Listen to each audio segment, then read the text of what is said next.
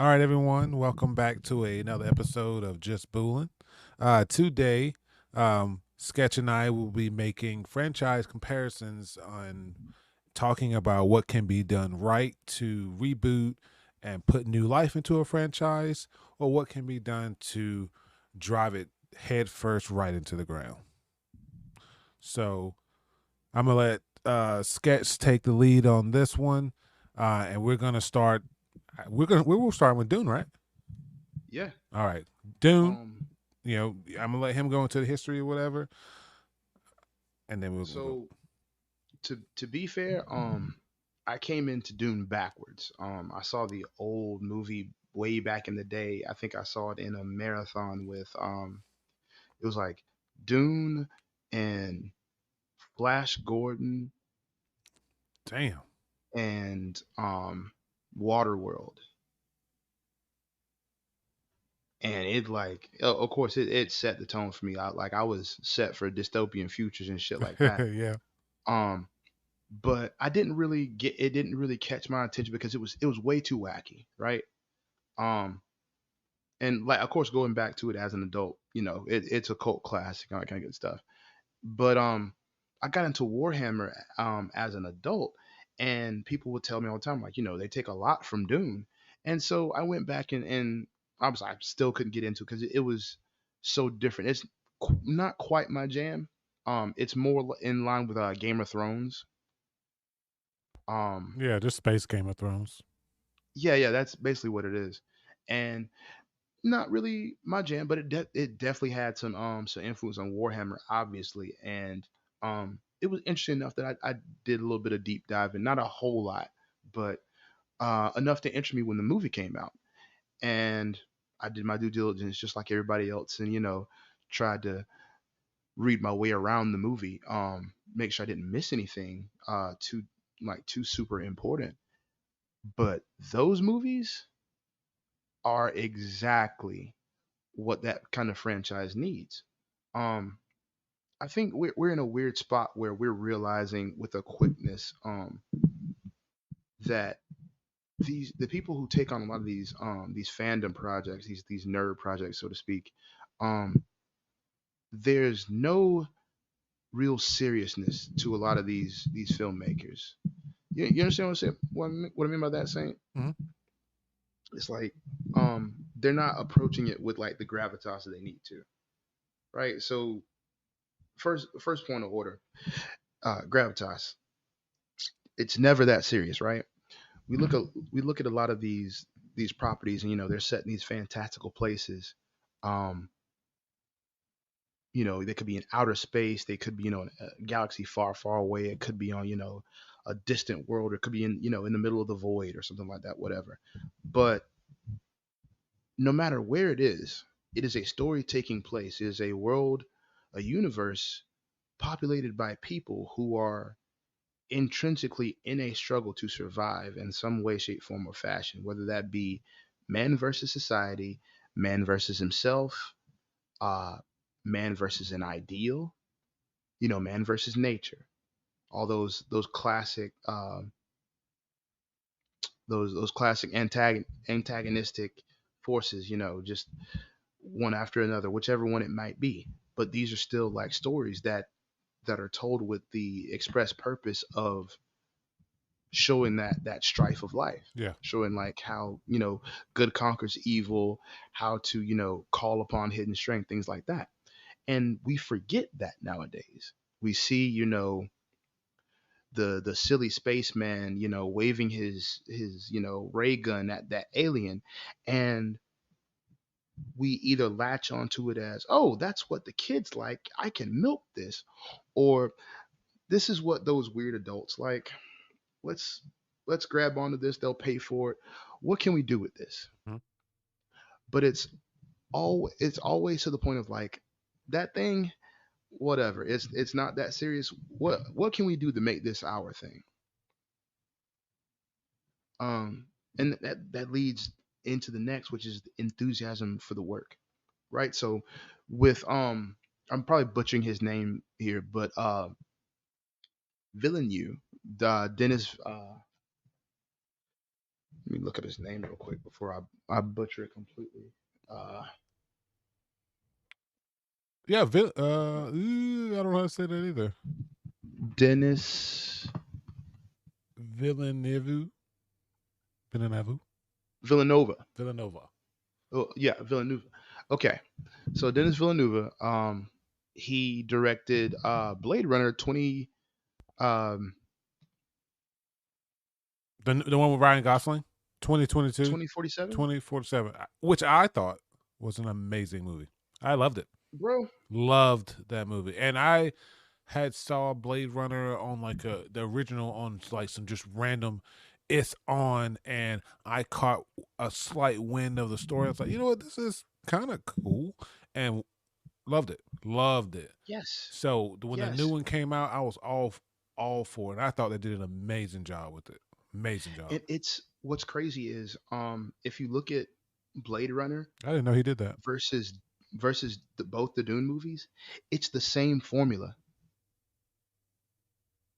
It's the exact same formula. It's not hard to do. Both of these properties rely on number one, Brown is real. Number two, showing, not telling, and number three, atmosphere. They're both old properties with a lot of lore and a lot of like gravitas and a lot of like weight behind them. So how best to show them? As they were intended. Exactly. And where you don't have a huge budget, imply. People start have I think have started forget the art form. They're so ready to jump on a platform and make their mark that they forget that you're supposed to write a signature, not your name. You're supposed to sign, not print. Mm. Yeah. But we'll get into that later. Um, but yeah, enthusiasm for the work. Um, you can tell from all the press interviews and the behind the scenes that they've showed, and even in the work itself, you can tell there is a genuine love for the work there. There's a dedication there. Nobody had to come out and say that these people were hard at work doing what they were doing because it showed on screen, Hmm. right? Like you believed everything. There weren't any moments where I felt like it was taking me out of the immersion. There were no questions. Any questions I had was questions about my own knowledge of the world itself while watching the Dune movies, making notes like, oh, I should look that up later. I don't know what that is. I can tell you, outside looking in and having no real experience with the series and watching those two movies, like knowing of Dune and knowing what it's about is completely different than having watched everything. Exactly. And that brings me back into my next point. Communing with the viewer, respect for the viewer. So in both the Dune movies, we know there's a huge like world there. There's history there. Duke Leo Atreides, you know, the Harkonnens, the Emperor, like the Bene Gesserit. That's a whole, I could do a whole Oh, episode oh, on oh! just Speaking of the them. Bene Gesserit, did you know Showtime has commissioned a prequel Dune series, and it's going to be about the Bene Gesserit and how they manipulated everything to start the Dune series. I would fucking love it. Do you know It's on why? our list already. I already told it's on my list. Side We watching side it. tangent. Anybody who out there who's a Warhammer fan, this is what the Selenar moon cults were based off of. Explain selling our moon coast to me. So okay, so side tangent Warhammer. Not 30K, this is 40K. This is technically before the Emperor, before the Great Crusade, Okay, before the Horus Heresy. Um, which is my so favorite before the heresy, by the way. before the Emperor actually started the Great Crusade and finished the Astartes project, um, he had to first conquer the Moon and Mars. Okay. Obviously, the Moon being closer. At that point, you know, Dark Age technology had passed or whatever. and aliens and demons had ravaged Earth, um, the people on the moon had formed into these strange gene cults led by these matriarchs who were geneticists of the highest that Earth had to offer. Okay. Like they were holding on to bits of technology and knowledge from the Dark Age, which during that time you had like Dyson sphere planets and stuff like that. Like they were harnessing the power of suns and shit like that. So you can imagine what they were doing with fleshcraft. So they through their gene craft were doing the basically the same thing that the Benny Gesserit were doing as far as like um manipulating birth and things like that, to the point where they could rebirth themselves, like they could like become reborn, These like in these actuality. these scientists were that had gotten to a point that they figured out how to get learn as much as they can, be birthed again, and then keep learning. Yes. That's fucking dope.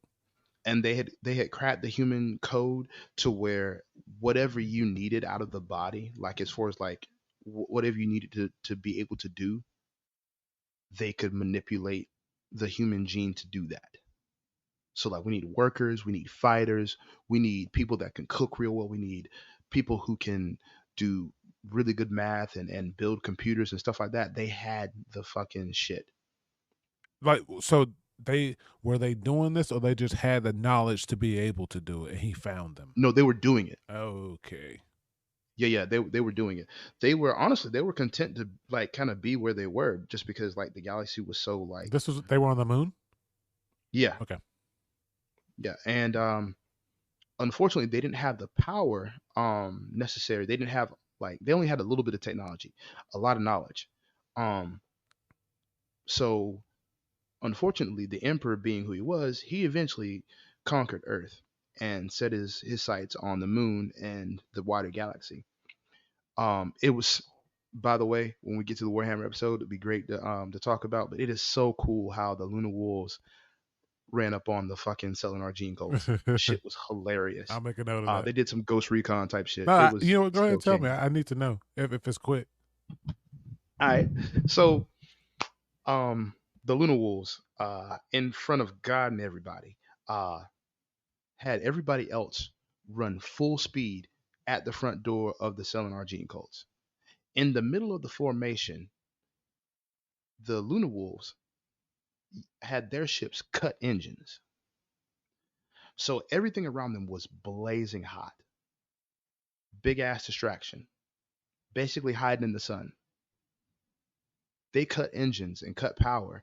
And so they were just floating through the void the rest of the had like halfway through and slipped in undetected. Mind you, they have no air, no thrusters. They are floating through on straight momentum and holding their breaths.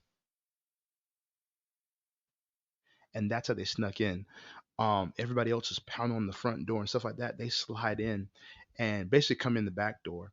And before the Selenar Gene cults can really mount a defense against the people in front of them, the Luna Wolves just pop up like, "Hey, knock knock, motherfucker," and basically hurt them so bad that between the pincered attack, um, the head of the Selenar Gene cults was like, told the Emperor, "Call off your wolves," and that's how they got their name.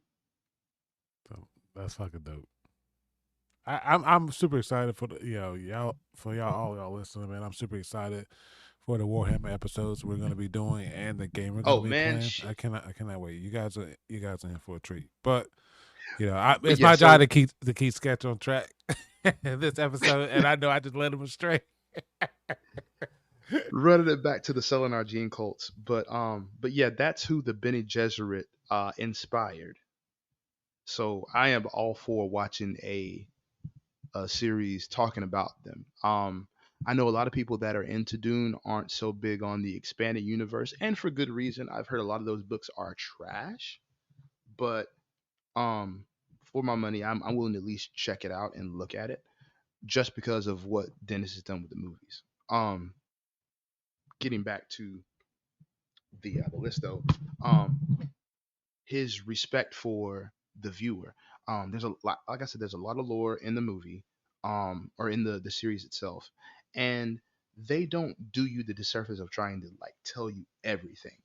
They tell you they tell you the most pertinent parts. They use the proper character as the viewer surrogate, which is Paul Atreides, to help you learn about the world. But they drop you in media res, like a dream, like you're experiencing it. You're not supposed to know everything. Hmm. Not everything is going to be handed to you. This is a fantasy. You're gonna have to run a little bit.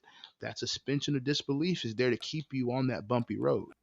I know the fact that they held your hand through the first movie, like you said, it felt like, hey, we're Paul, and we're learning about everything just like he is. We just got thrust into this just like he did, we're learning as. And then so the first movie, to me, I feel like they held your hand, giving you little nuggets of knowledge to make sure you completely understand what's going on.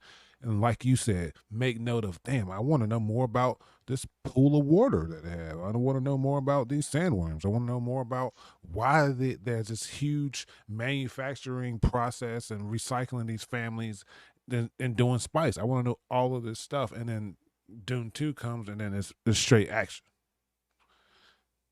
But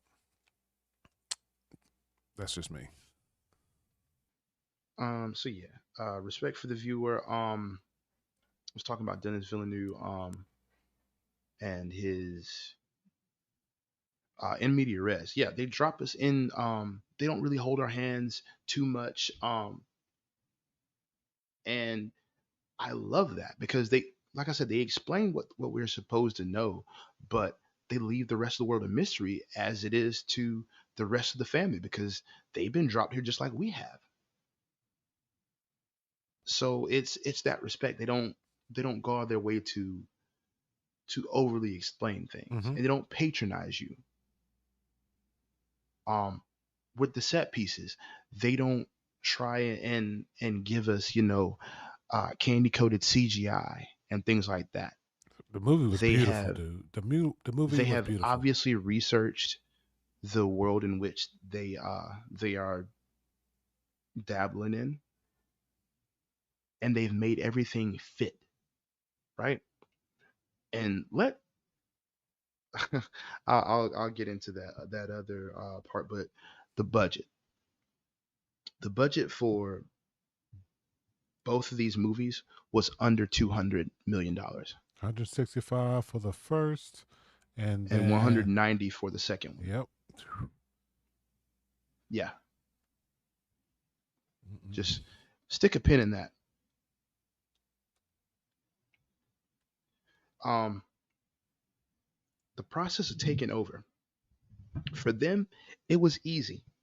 Um, honestly, respect on this guy for keeping Christopher Walken as the fucking emperor. He was the original one in Dune, the first Yeah, Dune. That's I see. I didn't know that, and I love when they do shit like that. Like that's a fucking super franchise thing. And now that I know it, I'm like, damn. I know all these fans are like, that's cool as shit. He's still the it's emperor after all this time. That's crazy. it's so neat, but at the same time, it's like, why would you do that? But it's just a fun little thing that they put in. Um, but like I said, taking over. Um, you can tell with every step of the way, throughout the filming of this and throughout the press tour for this, that number one, they they knew what they were doing with this. They knew how to handle this, and they weren't shy about letting the fans know that you're gonna get a good product out of this. And we did. Notice that, like, right, like they weren't shy about showing people the good they were doing. Now you take that and you mix that with what they were doing as was like Disney was doing with Star Wars. Every step of the way, they have been quick to, when not attacking fans, shoving the like the vast differences and startling changes that they've enacted. They waste no time shoving that in your face, like irreverently. Like even when nobody's giving them the business, they can't help but tell you what they've done, and they're just so proud of it. But also, it's only at the end, like so like, especially with Star Wars in particular, Hmm. they know they're fucking up. So most of the time, it's the leaks that come out, and then they get caught red-handed. But towards the end of whatever they're promoting or whatever, it'll all come out in the wash. Oh, really, it was this super, diverse, this and that, the third, or whatever. And it's like, okay, that's cool, but do you have a good story? What was the purpose for you coming into this project? Right? That's what I worry about when people take over a project. What is your purpose for this? Do you want to tell the story? Or you want to tell your story? Look at the difference between the interviews for the actors in Dune versus the actors in The Acolyte when they ask them about their characters. Which I saw just now that had its production budget was 180 million. What, The Acolyte? Yeah. We'll talk about that later. Yeah, I put a pin in it. Yeah. Um, but yeah, listen to what the actors say. Particularly listen to Timothy Chalamet, or not even that. Listen to Zendaya versus the actress that plays Mother Anastasia from The Acolyte. Listen to how they describe their characters. That's who's taking over the project. Hmm.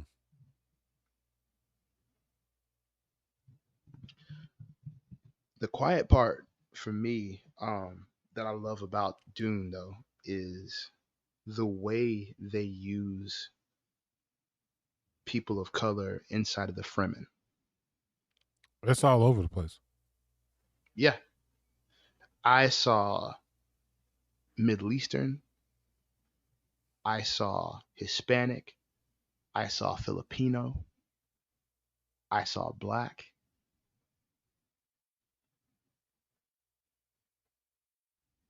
and in that I saw a united people. It was like that's how you do diversity.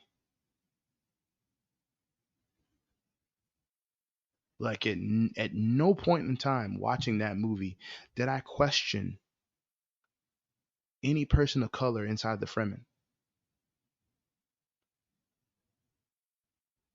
I think watching that movie and yeah, to be perfectly honest, seeing how the Freeman live was literally probably the best part because one of one of the things I love about dystopian worlds and surviving after XYZ happens or doing what you can to survive whatever situation you can. It's just how to, and those Yeah. suits that literally recycle all body water, all Yep. liquid waste that the body creates and turns it back into usable water. Crazy to me, crazy to me.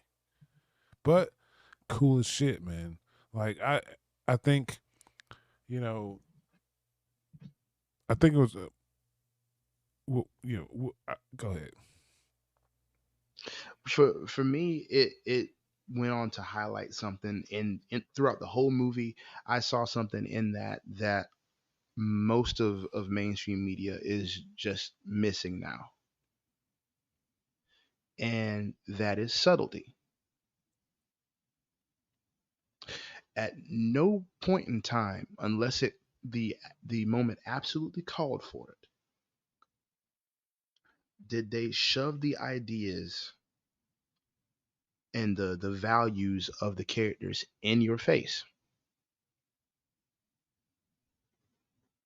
And I'm not talking about like the idea like freedom and things like that, like the undertones.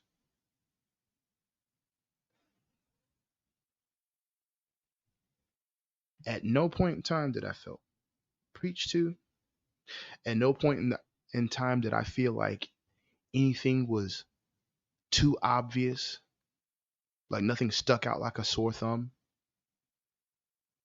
Like obviously, if you can read and you've read any kind of fantasy or anything creative, then you can recognize tropes and things Oh like yeah, that, yeah, and yeah, yeah, they'll yeah. they'll jump out to you.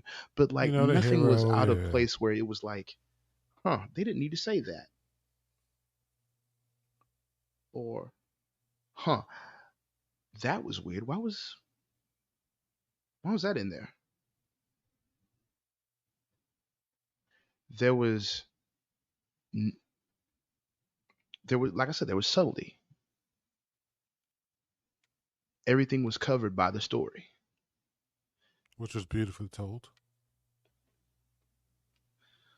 And on the other side, you had Star Wars.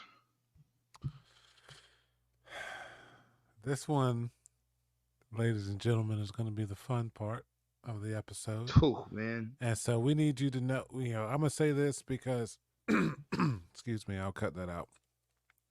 I'm going to say this because, I know my boy Sketch, and sometimes, he feels that, you know, he people don't want to hear what he has to say.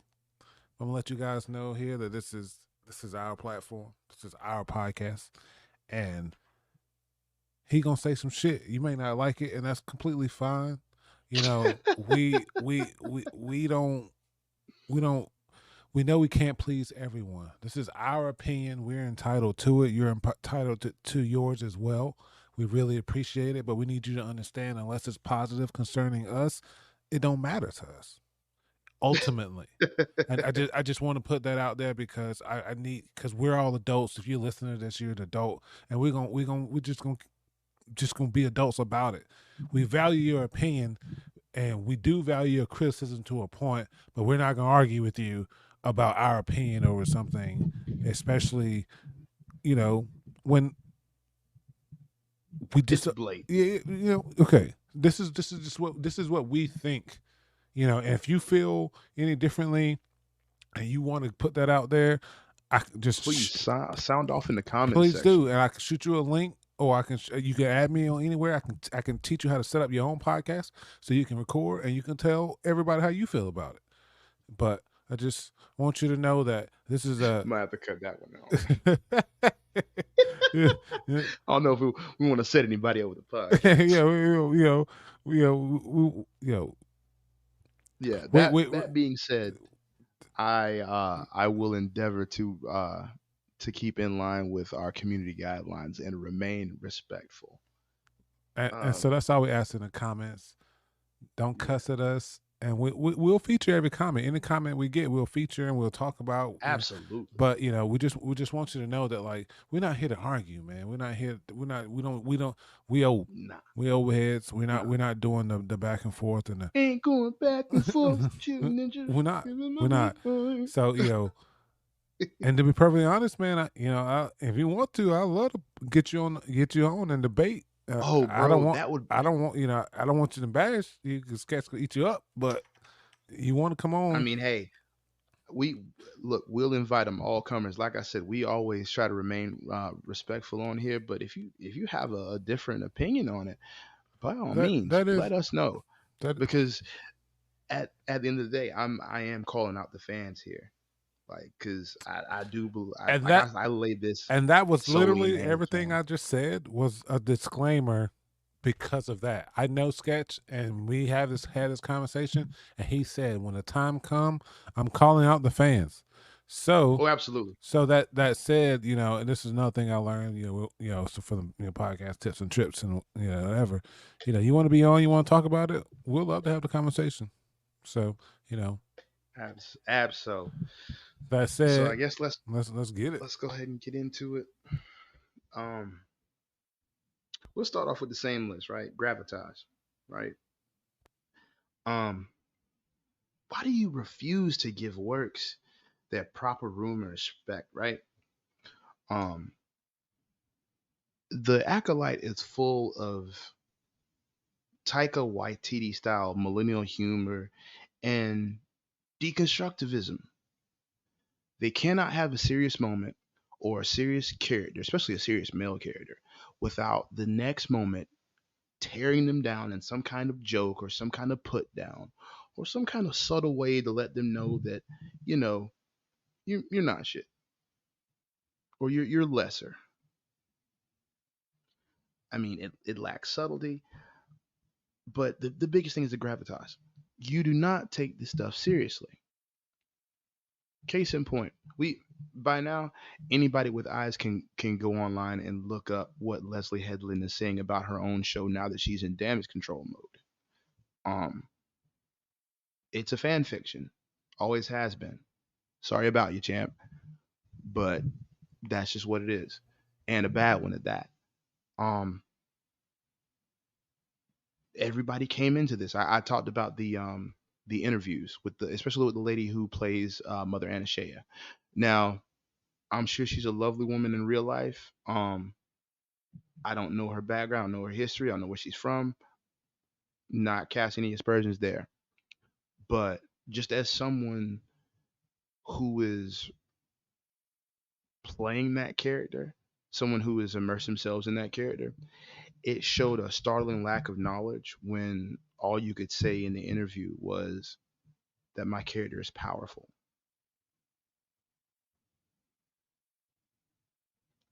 To the point where if you go back and watch that one that I'm referencing, I think it's one of the first ones that came out.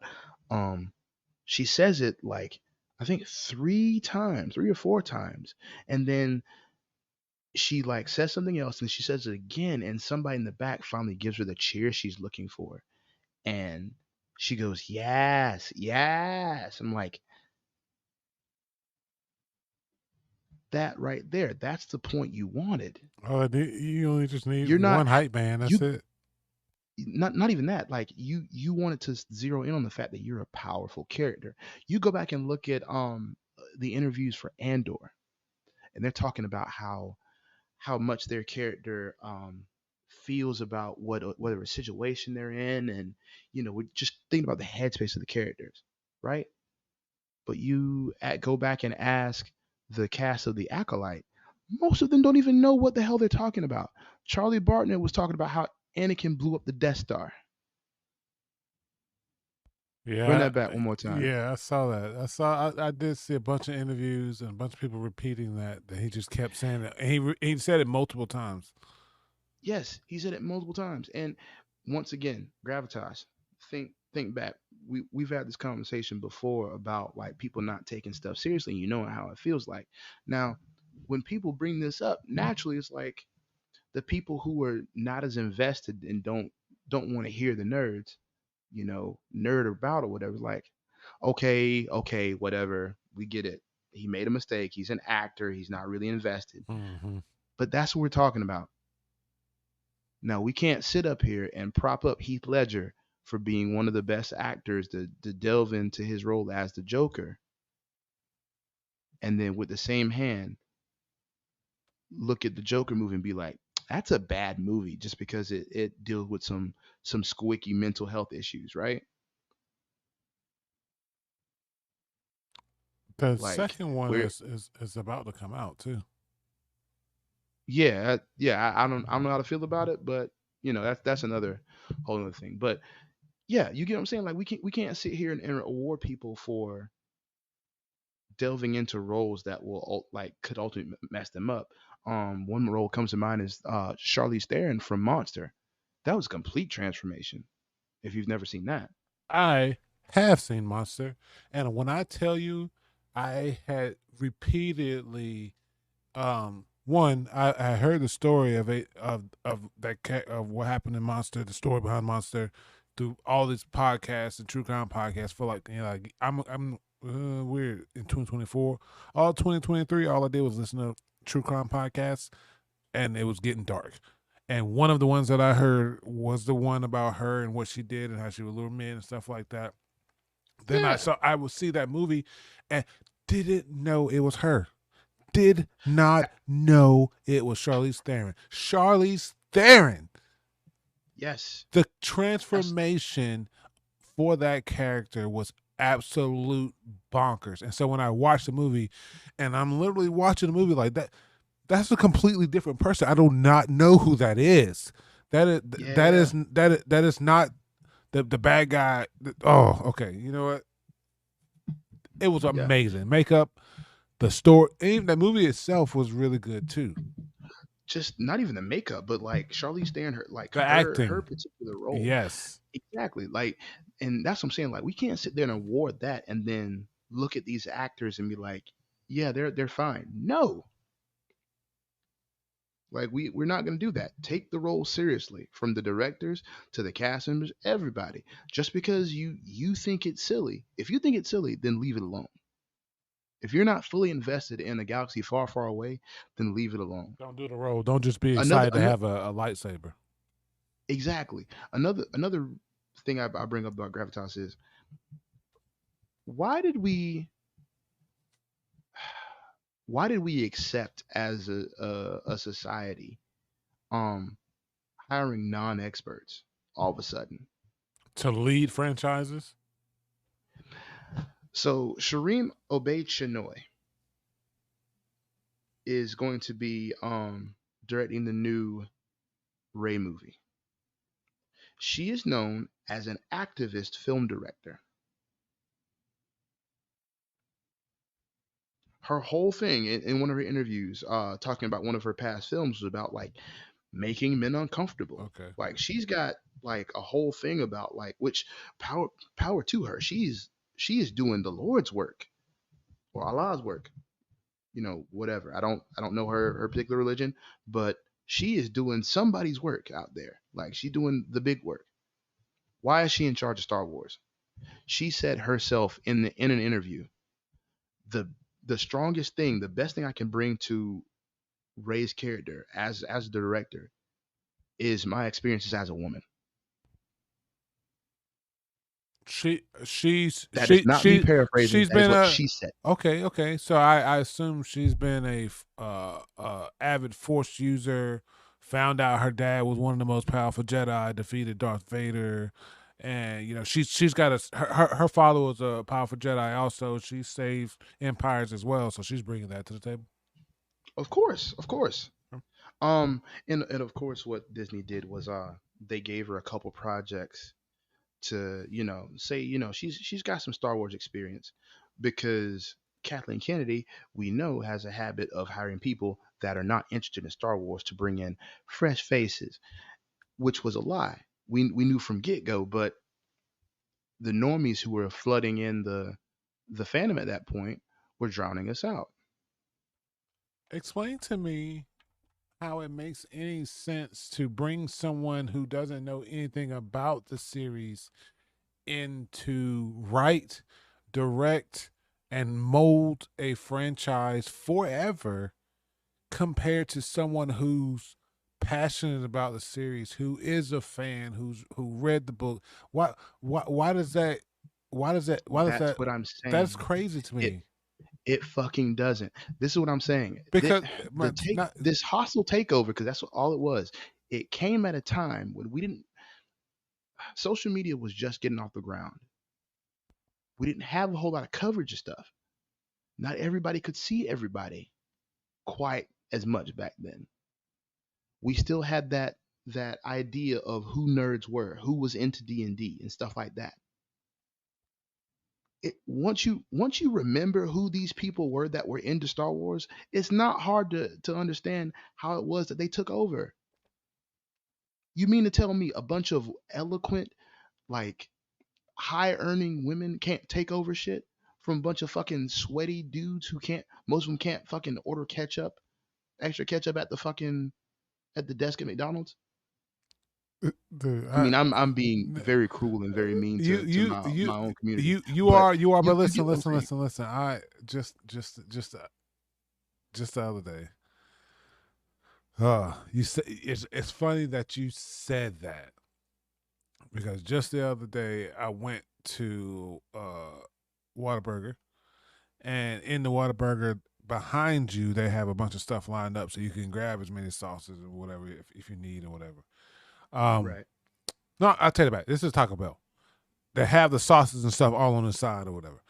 And so went in because something was wrong. Went in and I'm standing there. And there's this dude. He just standing there. And he looks like the type of guy who something is wrong and he won't say anything. You know. And so I come in, hey, blah, blah, blah. I'm standing there. And he just standing there. He's looking at his bag. He's just standing there. And the lady's like, is something wrong? And he's like, there's no sauce. And she's like, there's sauce behind you. And I turn around, and he turned around and look, and there's just a bunch of sauce. So he grabbed the sauce. I'm standing like, man, how long he been standing there?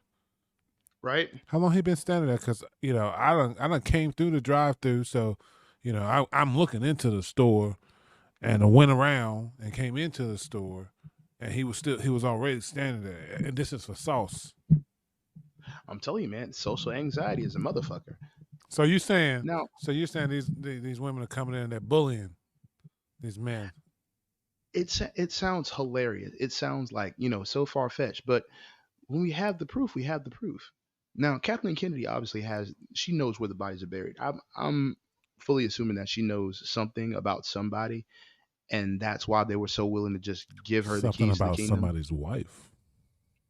Or yeah, I mean, like I said, I won't get into the speculation, but it's not hard to see. We will on a Like future you have you episode. have you have a group of powerful women who want a thing,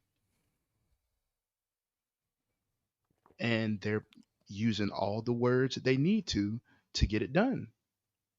And who is opposing them? Not people who care about Star Wars.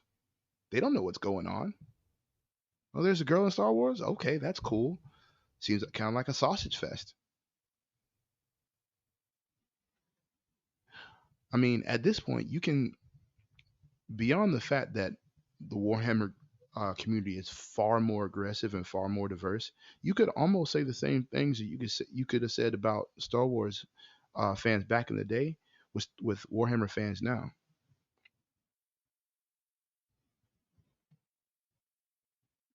Like that's the kind of sentiment they're on, and how hard was that to take from them, right? I mean, Super easy. you Then know, I got a then you I got a woman you space talk, marine. yeah, you hear talk about pretty privilege and things like that, but that's neither here nor there. But like I said, it wasn't hard to take over. But moving on to the next point, um, which is obviously enthusiasm for the work. There was very little work done on this, like very little homework done. I'm sorry to tell you. I watched 4 episodes. I skimmed the rest of them. I I, haven't I watched seen I the watched I eighth watched episode. five, and the first thing I did was I ran back and we're talking about the alkalite. The first thing I did was ran back and I told Sketch, I said, "You were right. You were right. It was the apothecary guy the whole time. It was a guy who was leading her around and telling her he got all the words from. It was him the whole time, and that's Yep. how they're gonna explain why he was able to hold her back when she was supposed to be able to kill Jedi. And then Sketch was like, "Hey, did you know?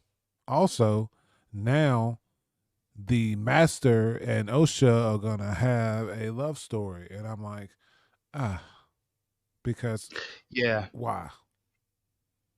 because fan fiction.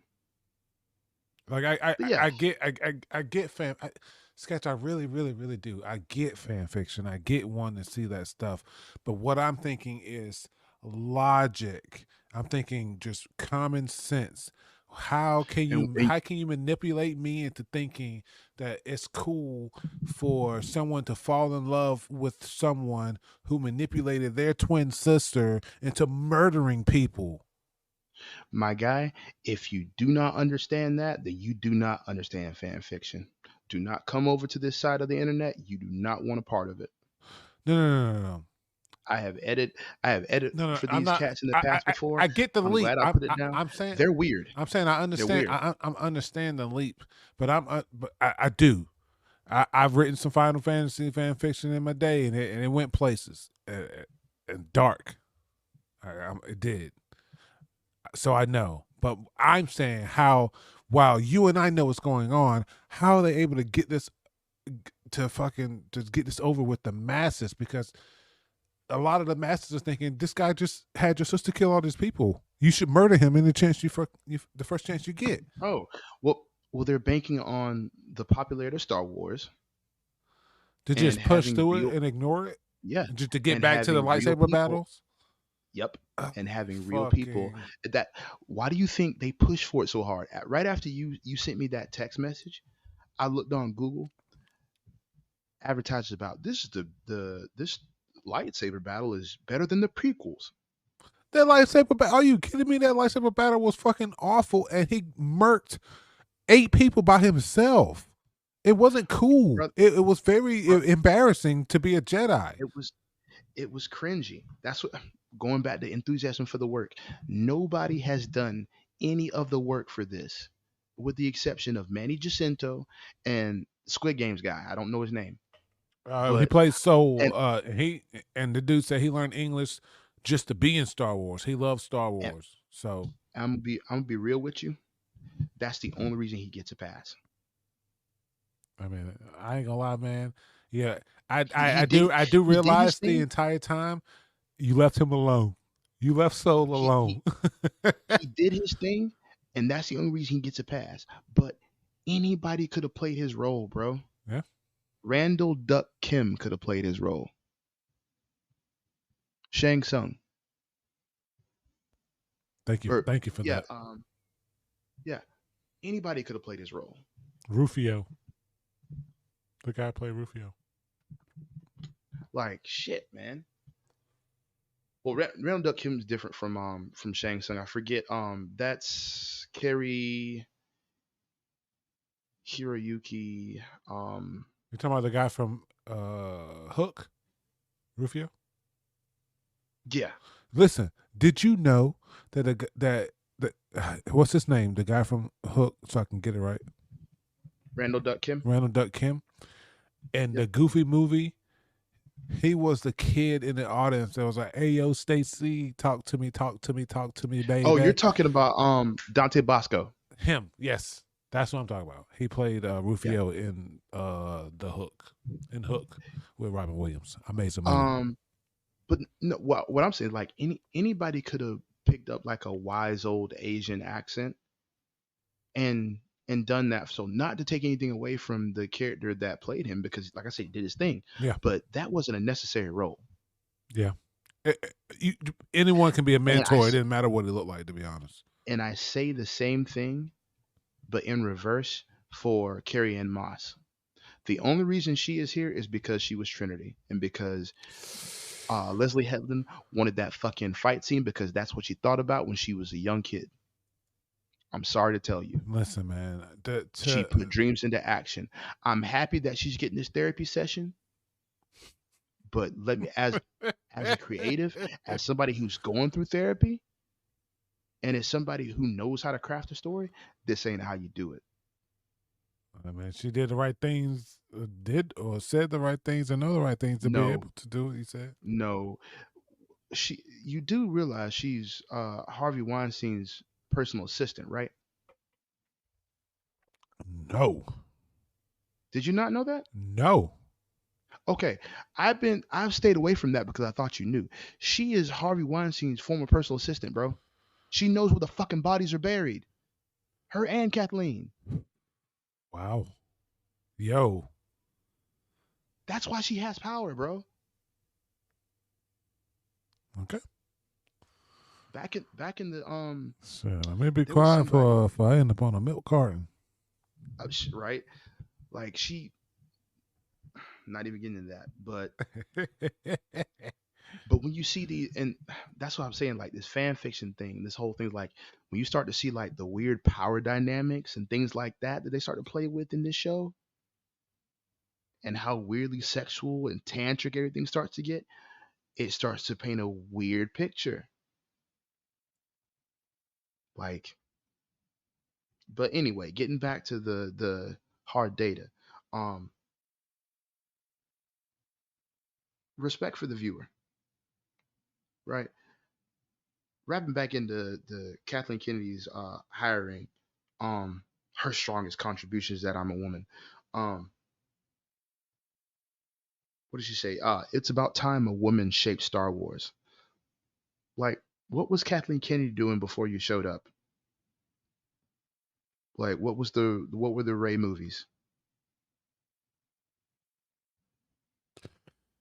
And going back to the respect for the viewer, what are these CGI broad sweeping things about?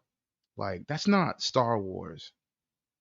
Like I said before, Dune the first Dune cost 165, the second cost 190.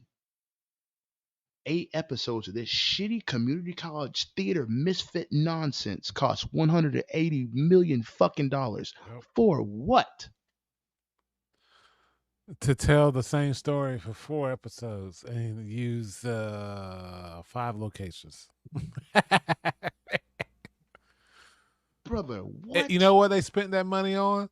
They spent the money on those bugs in that force, that Yeah, CGI. That's what. in that bum ass fucking music video of Amanda Stenberg. I'm sorry. I'm sorry, brother. She set light skinned people back a ways. What? Have you not seen the music video? I did not know there's a Star Wars music video. Okay. we- Um we're gonna take like a 30-second recess. All right. We'll cure it in post. Uh so Saint and I can watch a bit of this together. Yeah, one second. 1 second. Give us 1 second. First things first. I pop I pop a freaks all the honeys. Um, first things first. I'm never gonna get that time back. I'm never gonna get that time back. Okay. Um, uh, Sca-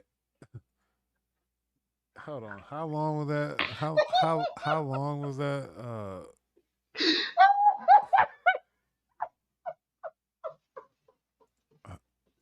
like, Sca- hold on.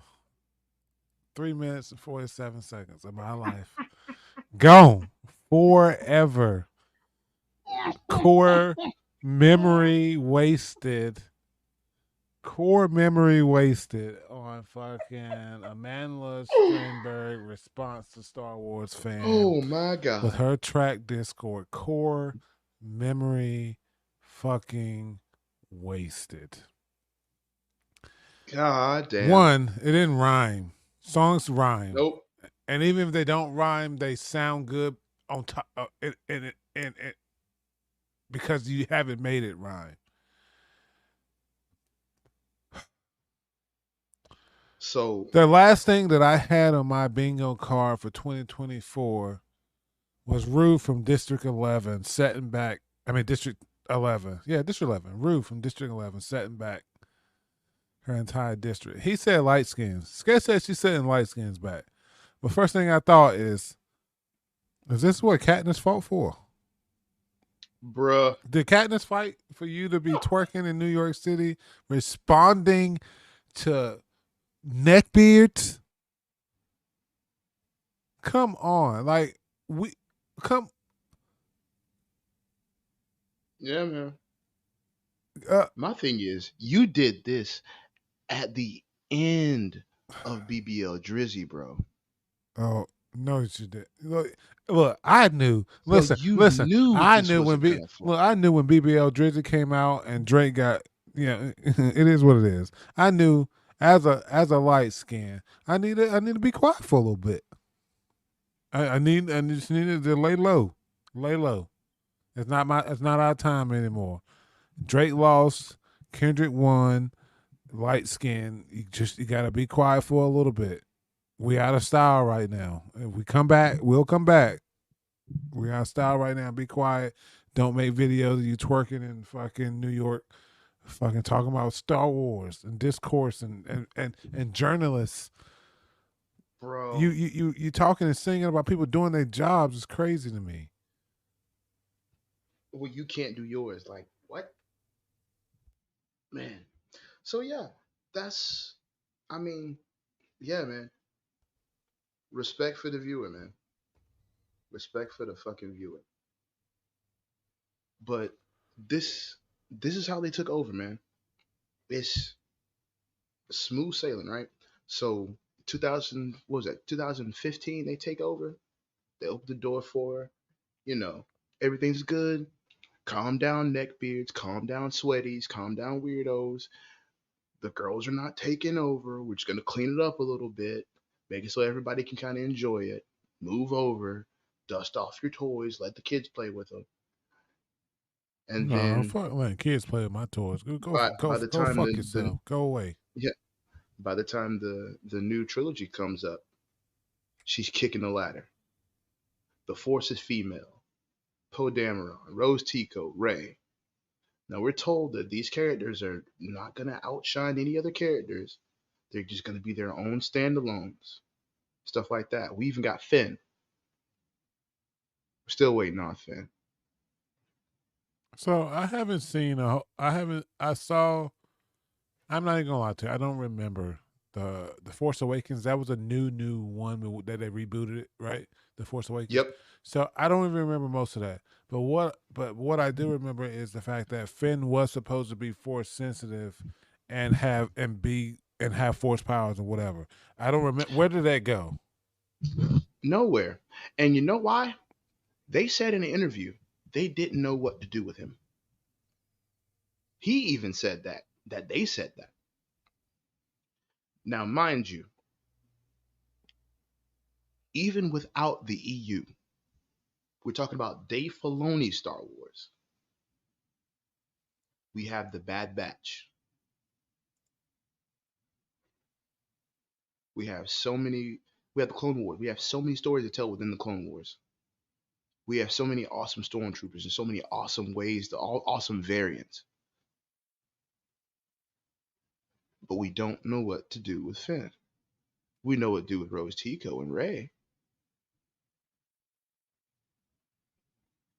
So anyway, kicking the ladder, right? The Force is female. Now if everybody's everything's equal, and the setting is already diverse, then why is the Force suddenly female, right? Now back when this came out, it's like they asked us why does it bother you so much? And you know what's crazy to me? Hmm. Looking back on that, being an adult during these times was amazing because unlike a lot of the people on TikTok now, I didn't grow up in this. I was already an adult. I was wide eyed, bushy tailed, so to speak. Yeah, yeah. Um, I remember seeing that, thinking like, but why though? The Force is the Force. It's not a female. It's not a male. It's just the Force. What made you say that? And they weren't even like completely genuine in like oh, we're just saying this because like no, just like yeah, the Force is female. Like you're being weird. Shut up. And they just kind of steamrolled it from there. It just didn't stop. But King Richard's at the door, baby. King Richard is at the door because the fan now they I think it was a couple weeks ago. They said the fandom is so male dominated. There's an actual interview about the acolyte during the whole damage control shit. Um, that it's that of course their directors and their actresses um definitely face a bit of challenge both on the floor and online. It's honestly to be expected, really. Wait a minute. You said not even a year ago that this is where the brand is now, and anybody who doesn't like it isn't a true fan. When the Mandalorian was out and everything like that, y'all were trying to be quiet and let the dudes kind of have their light. 3 seasons and y'all couldn't keep the lid on it anymore, and everybody left, and then you fucked up Boba Fett. How so? I don't even want to get into that. That would take another episode, honestly. And I don't have the You know what? You know bones. what? To be perfectly honest, like yes, another episode because I would love to hear and ask questions about bounty hunt, the Boba Fett bounty hunter clones and Oh, the whatever. Mandalorians. Yeah, You know what? That's something I'm willing to do. yeah, yeah, I'm yeah. willing to watch the first 3 seasons of the Mandalorian That and explains it. Boba Fett. Yes, Say less. Oddly enough, they do a lot of groundwork in there. Say less. Okay, cool, cool, cool. Anything else I can fill you in on? We'll add it to Yeah, the watch we can list. do that. Um, but yeah, so they backpedaled a few weeks ago saying that it's so male dominated, but a year ago they were talking about, Forces female. the fandom is it for you, and that's a rallying cry now. Star Wars is it for you, straight white males. Mind you, straight white males were what was keeping this thing afloat. Straight and white males is the only reason you have Star Wars, mind you. Just want to put that out there, and just want to put this out there too, as a a black man, um, who was not always welcome in these kind of spaces. I think I've said it before on this podcast, but my canary in the mine is the white dude, because that's the normal animal I see in these spaces. Mm-hmm. So tell me this: if you walk into a forest and all of a sudden the birds just take off, do you not think something's wrong? Something's definitely wrong, and you're about to get eaten. Yeah. Why are the crickets not chirping? It's the same thing. Like, also, can we just pull back and say, now that it's 2024, can we just pull back and say that it's weird to be attacking a group of people based on their skin color and It's stupid as fuck, what man. they like? Like We, when you can I mean, just literally not pay attention to anything that doesn't concern you. we say that, but whenever it comes to white people, we're always ready to overlook that. But yeah, that's like King Richard's at the door, man. At the end of the day, the shit was bad to the point where even the normies had something to say about it. Forbes has been on fucking fire recently, bro.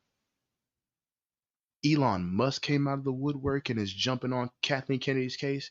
They're suing because apparently they weren't paying their female employees like they should have been. What?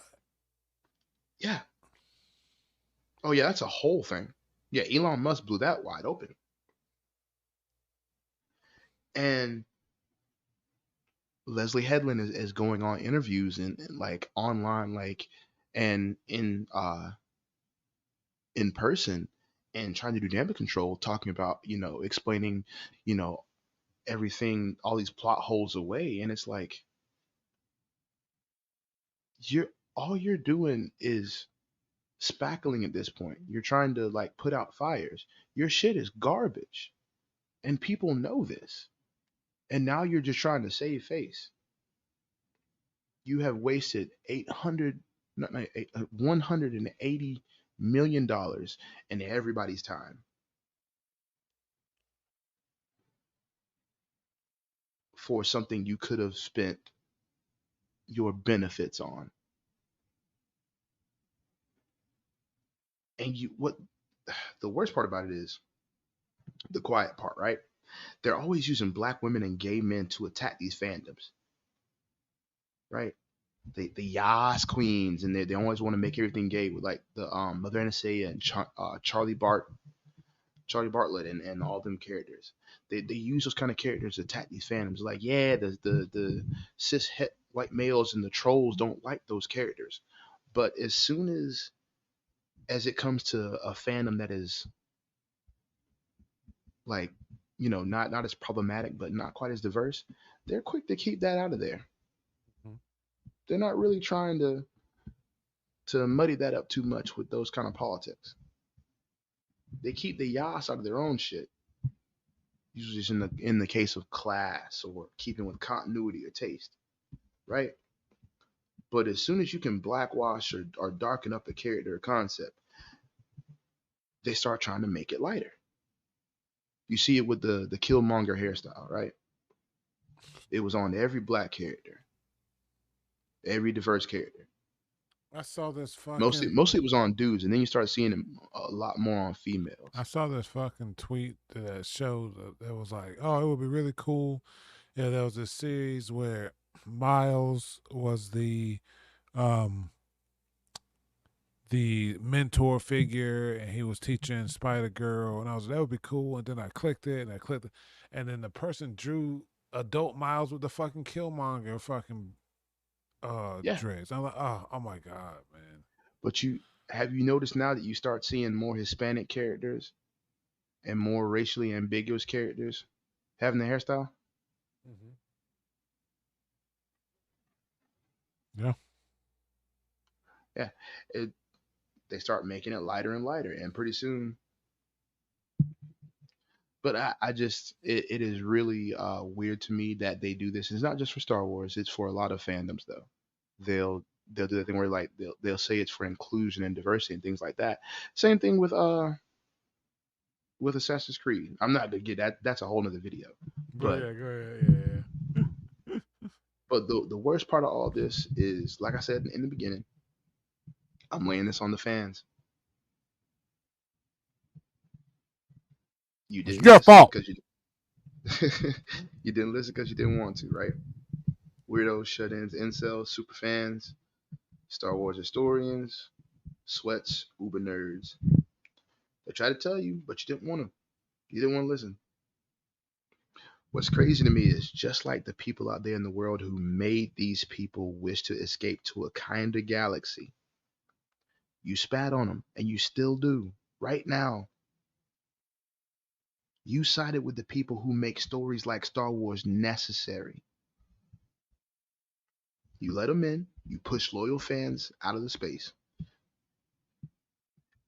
and you cheered people on when the media started dumping on the fans the old stuff. And you were happy to see it all get ripped up just because we liked it, because we were the fans who looked like and represented the actual face of the fandom.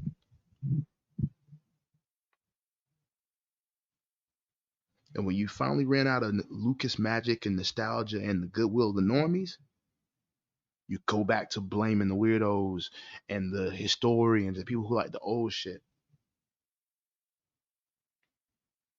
But your shit's not for us. So why is it bad? Why don't the normies like it? Because they made it clear this is High Republic stuff. This is not for the people who like the old stuff. This is not people who like Lucasfilm stuff. So why is it still bad? And I just last thing I'm gonna let it die for real. No worries, man. But it's crazy to me that when all this was before the first episode aired, they talked about how they were trying to honor Lucas's works and not touch what he had already laid down and things like that. They're gonna do really good by this. And then here we are, 100, almost 100 years. I think we were 80 to 90 years before the prequel series. But they're already trying to change things about the origins of certain concepts, like manifesting children through the Force, which Darth Plagueis was trying to do, and that's how Anakin was born. He was born through the Force, and we know Darth Plagueis was trying to do that for ages and wasn't quite able to achieve it.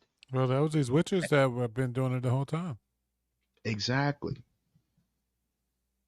And it's like Leslie Headland says in an interview, she's like in the beginning there, she says, we're not trying to change what Lucas did at all. We're honoring it. We're gonna leave that alone. We're not touching that. We're staying away from it. This is set so much further ahead and like or further back in time. And then at the end, near the end of the interview, she talks about she's like, it's set so much further back in time that we're now really able to break down the Jedi as a concept, to really get into that as a concept. I'm like, that just showed you lied right there. You just lied. You said you didn't want to touch it, but because you have the source code now, because you have the go ahead to do a prequel series, now you can shape the tone of what comes after. Mm-hmm. Because I mean, it's basic writing at this point. Like, how is nobody catching on to this? You literally just said because you can now write what came before. If what came after doesn't quite fit, then you can change that story. because you are establishing new canon. And like, does that make any less sense to you, Saint? Not it baffles me, dude.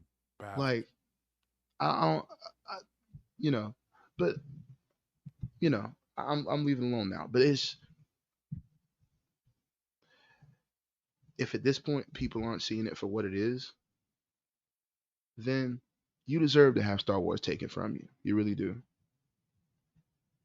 John Favreau tried to save it. Andor tried to save it. Nobody watched Andor, even though it was a good show, because unfortunately, it's just not. It doesn't quite feel like Star Wars. Like, it's a cool story, but like nobody really cares because y'all forgot how to tell good stories, and above all, you forgot subtlety. That's one of the biggest things. All these, they're hiring all these activists and these fucking know nothing wannabe keyboard warriors who were able to stumble through film school. And it's like, at the end of the day, they don't have anything because the stories you're trying to tell are hollow versions of what's out there already. And they want to vent their frustrations out into the world. They're not trying to uplift anybody. I'm gonna be real with you. I'm not a professional videographer or video maker in the slightest. I make garbage little YouTube No, videos the using fuck they metal and aren't shit on my garbage at all. iPad. I mean, comparatively to scale, I think they're okay, but compared to some people on just on YouTube itself, they're garbage. I can accept that, but in doing that, I don't sit here and try to vent my frustration at the world, like, oh, I hate everybody, whatever. I'm out here trying to uplift people because that's what you do when you tell a story, when you start a narrative, because it's about the lesson. It's not about gaining power. It's not about what you can do. It's about the lesson and maybe how you got there. And it's about subtlety. Like, if you ever wondered why the old heads always cuss out about the young kids and how they rap, and if you ever wonder why the old, like, Siskel and Ebert types always talk about the Marvel movies and cinematography now, it's because of subtlety. Hmm. We've forgotten how to say things without saying them because we're just ready to believe either everybody's on the same page or they better be,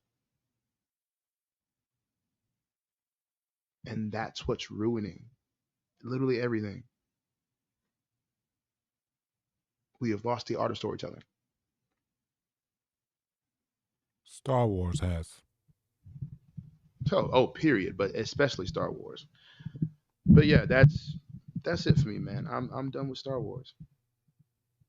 You I kicked out the fans myself, early.